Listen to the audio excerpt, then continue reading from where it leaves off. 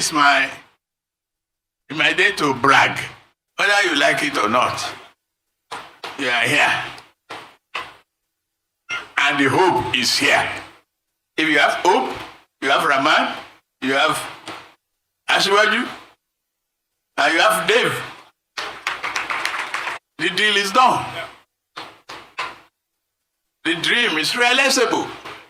I said earlier, it's my bragging day. The way we are going, we have a road that will outlast us and outlive all of us here present. That is how to build the future. I commend the Honorable Minister of Works once again. Like I said, it's my bragging day. Don't be afraid. We will do this road. 700 kilometers. It will be a success for Nigeria, and we'll do more of this. You and I together. The whole Nigeria, a very bold endeavor. Please, share with me. Share in the joy. I am a very happy man today. Thank you very much. Let his handlers at least package our president. Let them at least write his speeches. Because it's no longer time for Bala Blue. It's now time to govern. The campaigns are over. They should stop this national embarrassment. People are not born presidential, but they are taught. They have handlers. The handlers of President TINUBU should stop embarrassing the country. Anytime he's allowed to talk, he rolls like a Boris, embarrassing the whole country. These are his achievements. Anyway, I am here to remind Mr. President, exactly 1 year after he grabbed the office, the policies, the things he has done that his supporters are saying will change Nigeria. You know, when they come and speak for him, they will say with everything Mr. President has marshaled out, Nigeria is on its path. In their words, it's not yet Uhuru, but we are on our way. We want to see those footprints. We want to see being on our way and what it has been this past 1 year. Where is Professor Oleshenka? 1 year don't pass. What you told us is that you give presidents 1 year before you begin to tell them what they are not doing well.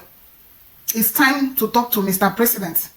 And before they hire PR and tell us how they inherited, let's remind Mr. President that he has been part and parcel of this administration, of the government, of the APC, of what he is doing now. He has been the leader of the APC right from their merger, right from their formation, right from inception. He admitted that he should advise President Buhari, and that because of Muslim tickets, he was not able to do that. So he entered into the agreement he entered with Buhari that gave birth to his Emiloko statements. When the odds were against Mr. TINUBU during the primaries, he felt like he's going to be edged out. He shouted, "It's my turn." He activated his treaty with President Buhari, bulldozed his way and had his turn. So he has been in the seat of power. He walked in and out of Asorok. He has been part and parcel of the APC administration. He is their founding father. He knows what has been happening in the government. He managed Buhari until he left office. We don't even know where past President Buhari is, because I don't want to believe he's closing his eyes to what is happening in the nation. And by hook and crook, he became the president. You showed us a CV that you are aware of where to touch to fix us. It was still because of this your Emiloko my tone that you quelled answers to please city boy. These children will hamper your chances of being the next president of Nigeria. You better do something. And then you press your buttons, shooting our young minds point blank. Your ambition is built on the blood of Nigerian youths. And today is exactly 1 year you grabbed power. Take stock how it has been, because we have been in the receiving end. All the people in your administration, you are friends and cronies, it is sweet for you. But we have been in the hot parts. We want to tell you exactly how it feels and give you your scorecard. Peradventure, you can find your way back or keep stumbling. Or better still,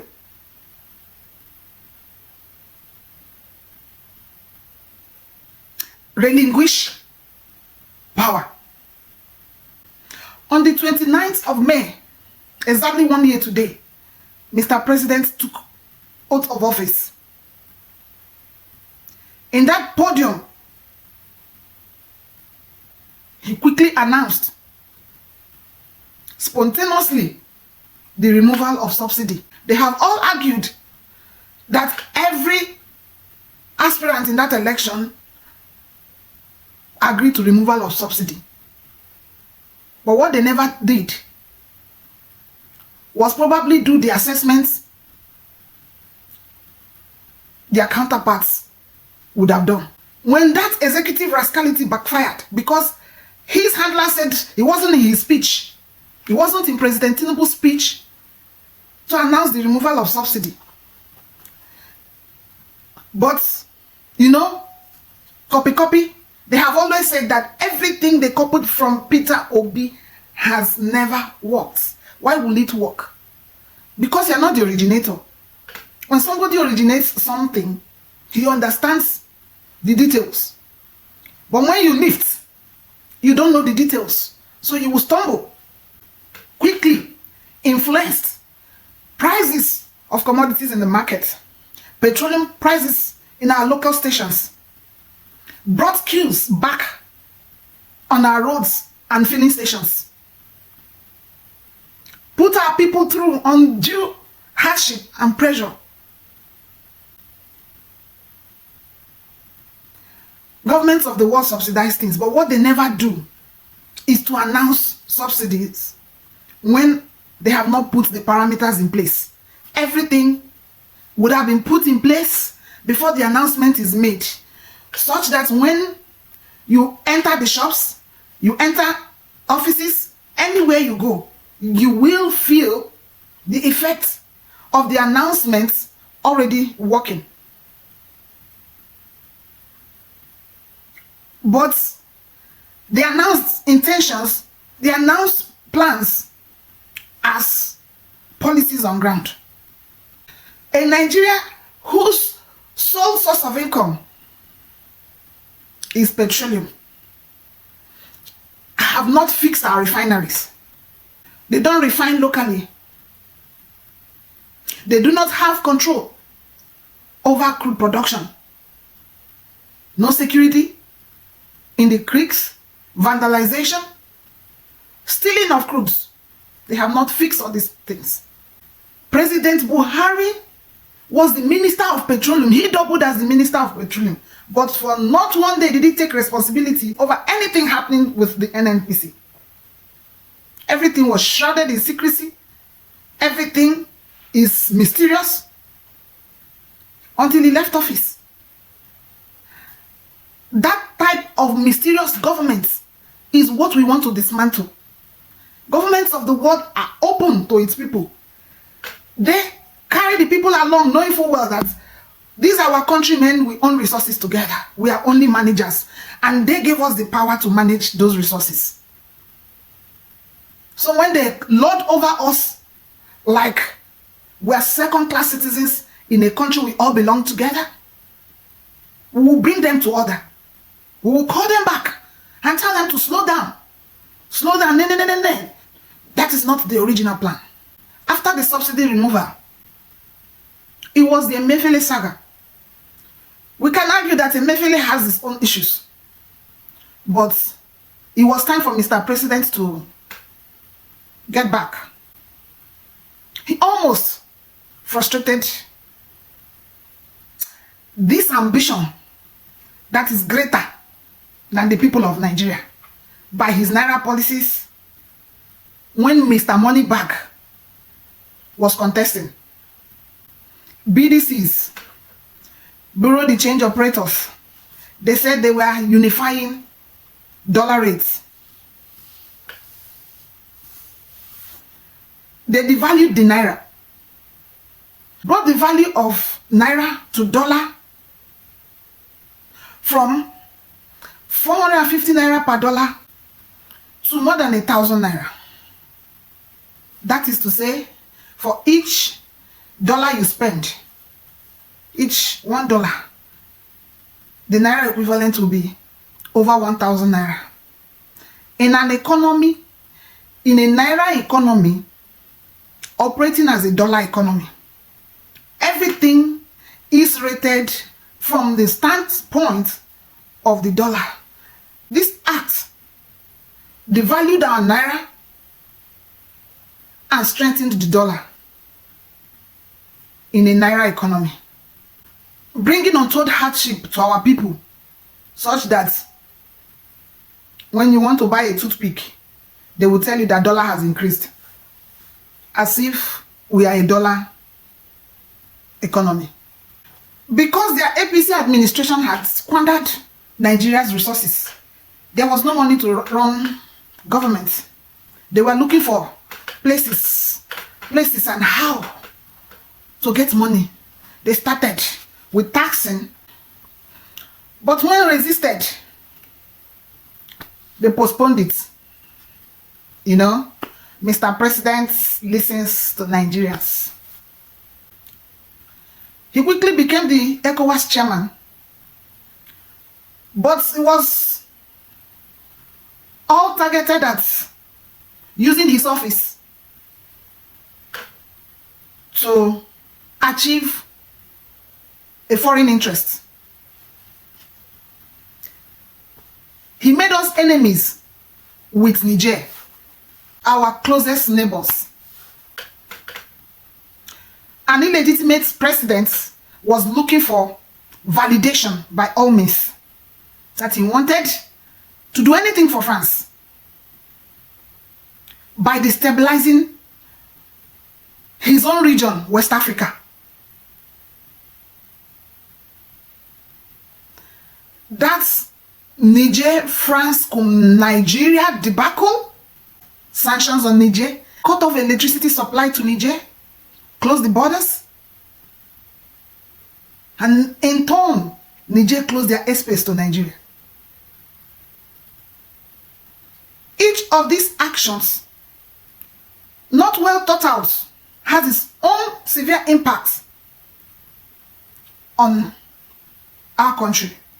Within those few early months when power dey shake, Mr. President declared a state of emergency on food security. Tell us how. Food will fall from the sky. When a president declares state of emergency, all hands will be on deck to sort that thing out. You would think that they will secure our creeks and farms so that our people will return to the farm. You would think that they will provide the framework for our people to produce food. It is all declaration. How do we achieve this? We will always ask, where are the blueprints? How do you want us to go about these things? Not just every day you come on Twitter and announce breaking news, Mr. President has declared state of emergency in this.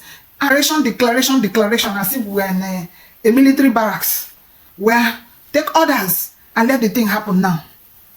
Mr. President formed his cabinet and synchronized the three arms of government Yes, we are supposed to have independent arms of government: the legislature, the executive, and the judiciary. But he jammed these arms of government together by putting his friends, Akpabio, Senate President. We know how he came up. How do you think they will be independent? The Lagos big boys. When Mr. Akpabio, Senator off your mic, became the Senate President, we saw a Senate that was standing on the president's mandate. Then, when Abbas and the Lagos big boys took over the Green Chamber, you would think that they will make laws that will not secure their businesses the way they run Nigeria, like their personal businesses. And then, when their Riwola connection is in the judiciary, is the judiciary independent? The facade of screening senators take a bow.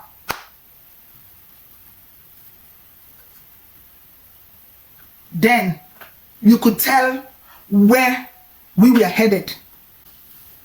Then we braced up for Mr. President to hit the ground running, and the first thing we saw was taking a delegation of 1,410 persons to the UAE for climate change. Tell me Nigeria's business in this climate change. False alarm. The developed countries are raising in a Nigeria where we cannot talk about industrialization. Mr. President was eager to begin presidential functions, that he carried this number of delegations to go and do paparazzi in Dubai. That is why we like Mr. President. That's why, because it's Baba Sarah. Baba Sarah. They are always hasty to approve things with which, that is why he is loved. Chop, I chop. Your government will not chop alone. Share the national moi moi. Divide the national cake. You chop your own, I chop my own. My government will not chop alone. Orishi.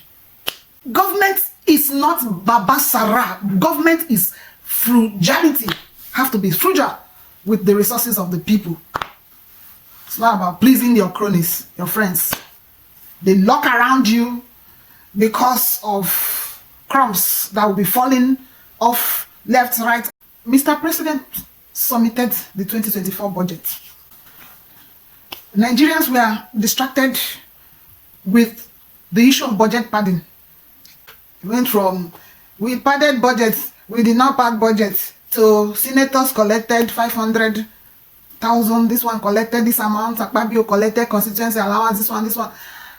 And Nigerians were tired. What is all this every now and then? Budget padding.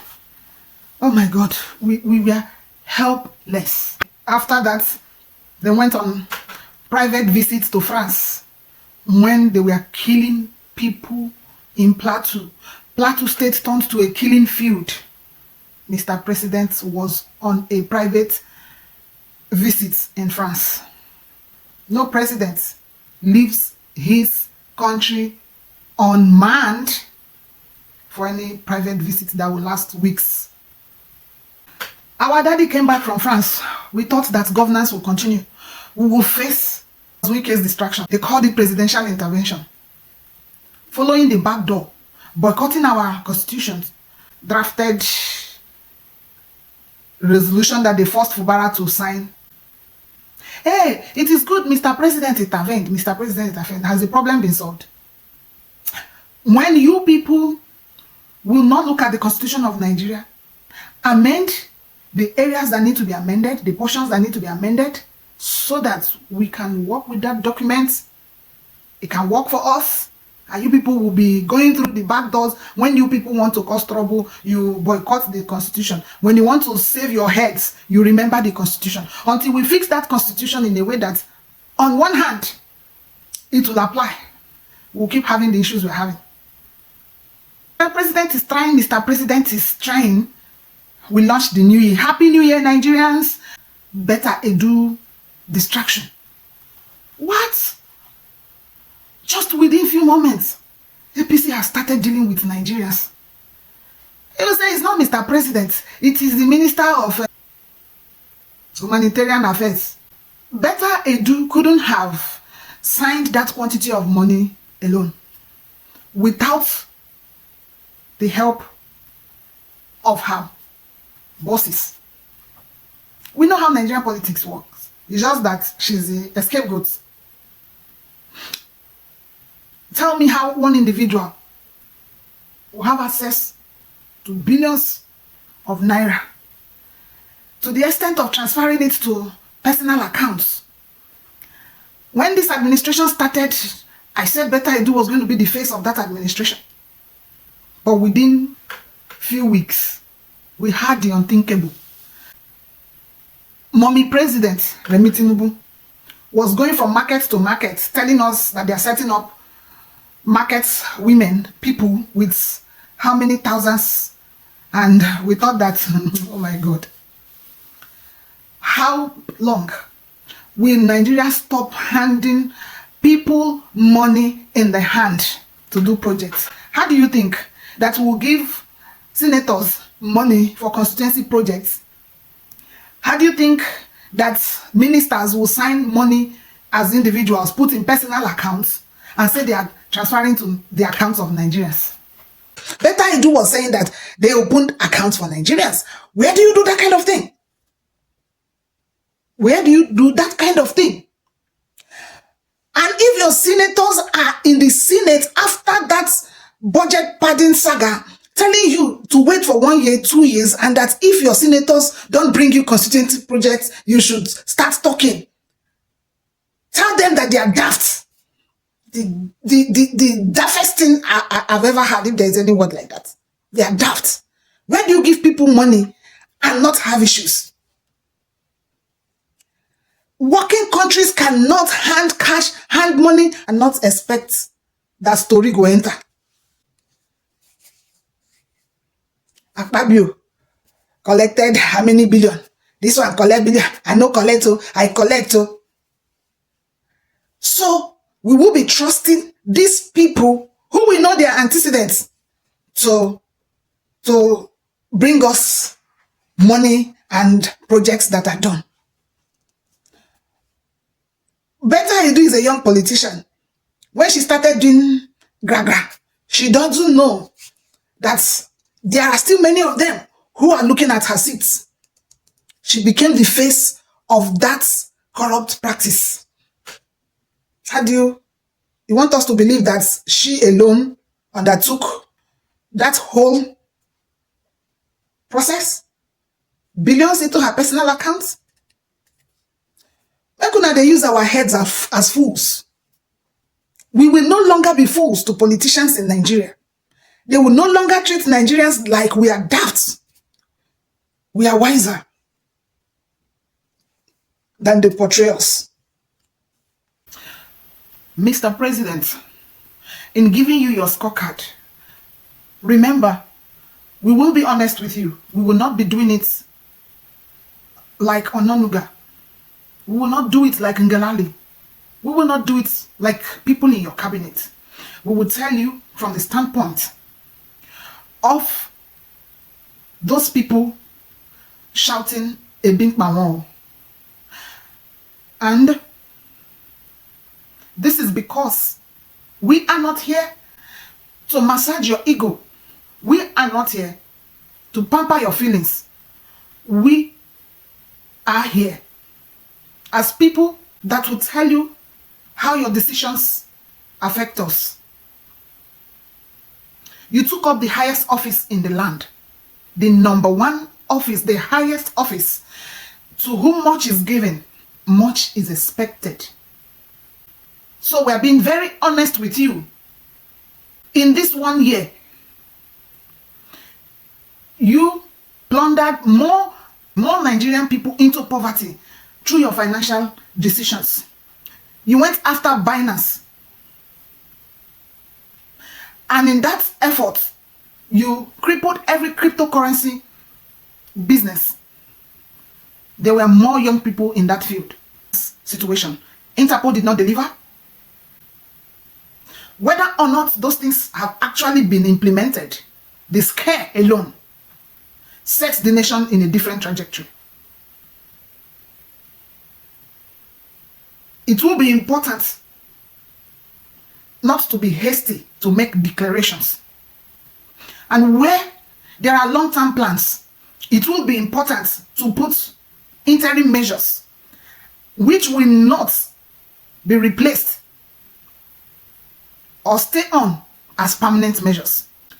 With Mr. President's numerous money-raising schemes through his economic team, we can now see how Lagos was built.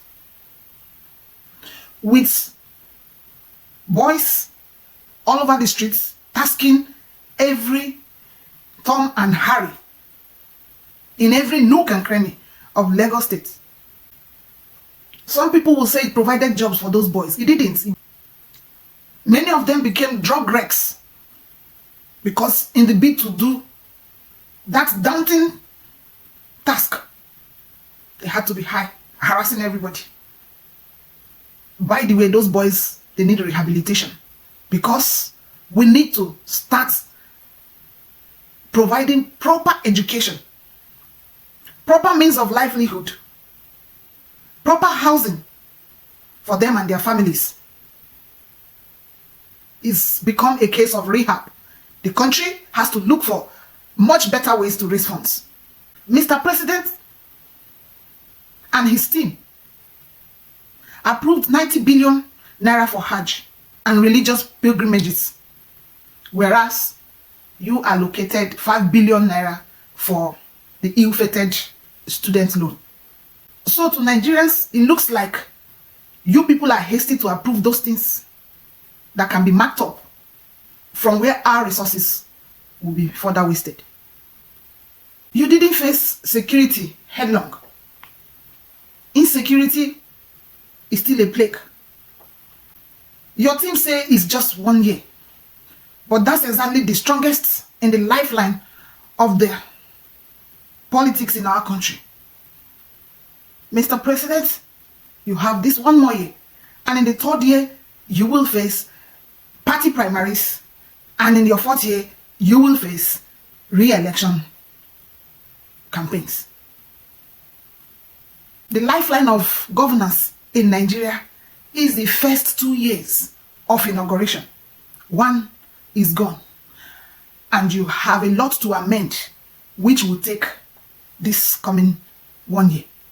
After the famous speech of Let the Poor Breathe, electricity bill rose from 60 naira per kilowatt to 260 naira per kilowatt per hour for B and A customers or whatever. There were many lies to Nigerians packaged by your spokespersons. The mask and the visa ban lifting. You went about win international investors other than strengthening your home front.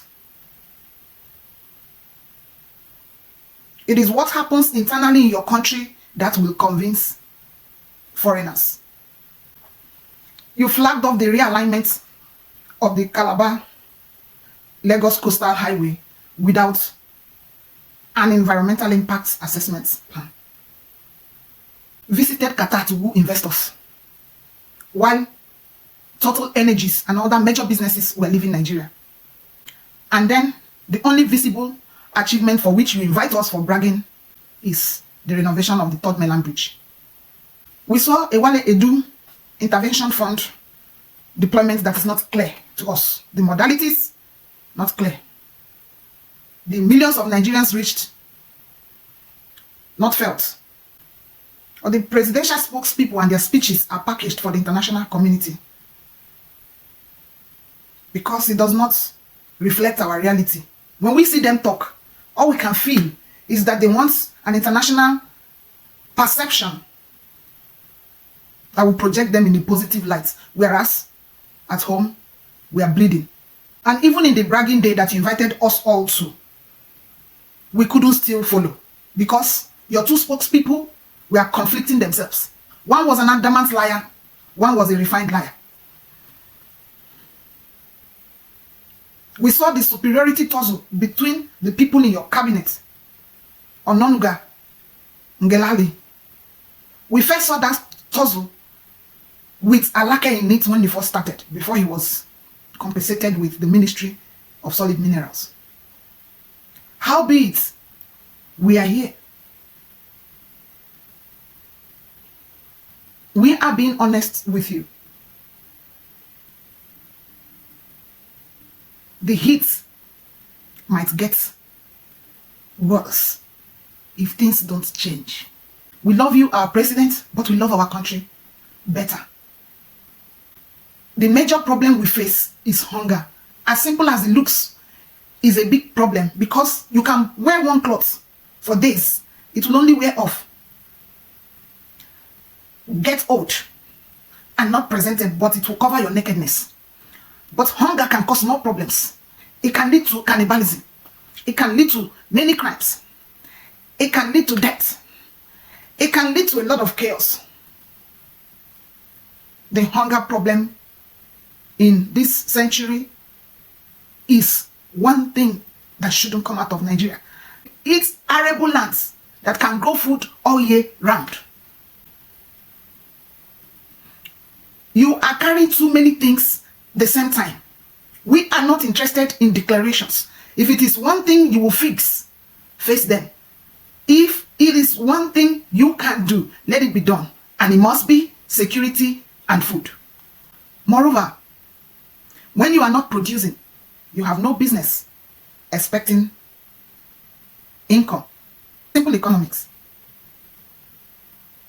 The situation is dire. Is the change of the national anthem our priority? Taking us many years back, even the letters gives that aura of someone talking about Nigeria, not Nigerians embracing their country. Is it because of the brotherhood in it? That is not how we get brotherhood. Brotherhood comes with the joy and unity of achievement. Nigerian youths may not want that national anthem change because they were not consulted. The decision is hasty, and that national anthem does not encompass our current reality. The Nigeria anthem we know is what we still appreciate. Arise, all compatriots, Nigeria's call obey, to serve our fatherland with love, strength, and faith. The labors of our heroes past shall never be in vain. Even the second stanza, applaudable, and not reminding us of our ethnic inclinations. A patriot does not put up any ethnic colorations. It's a misplaced priority. We jettison a very encompassing wordings of our national anthem written by a Nigerian, the local content, and then we embrace an old national anthem written by a foreigner, the same people who decide how we live. In one voice, Nigerians score the administration below average. These, among many others, are the reasons the administration is failing. Number one, it bears the burden of illegitimacy. The administration got into power by legality and not legitimacy. Two, it is cumbered with the desire to impress. So it makes many promises expressed in declarations. That search for validation drives them into several hasty declarations. The president, who is challenged by age, surrounded himself with friends, allies, cronies, paraded as technocrats, but are OES members. This foils the achievement of his many declarations due to lack of know-how, technical know-how.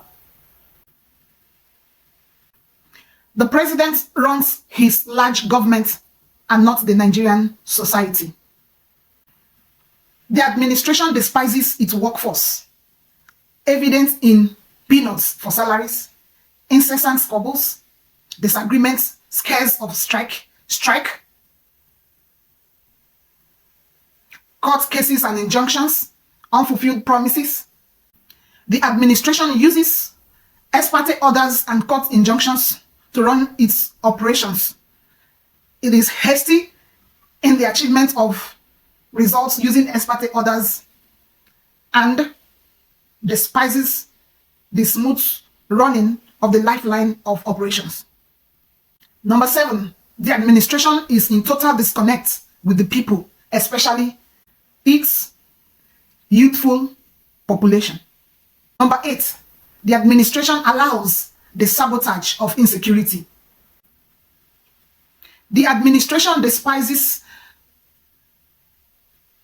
statistics, local production of goods and services, manufacturing using its enormous human capital. The administration does not understand the times. It is so much interested in PR and international perception, but lacks a good knowledge of foreign policies, economic and financial policies as well. The administration is concentrating on fighting opposition, despising the country's ethnic peculiarities and the ethnic orientation as a source of and how it can be used to the advantage of the country. The administration uses the old tactics of deception in an information era, thereby losing respect amidst many lies. It might just need to seek regional prosperity and not Abuja's supremacy.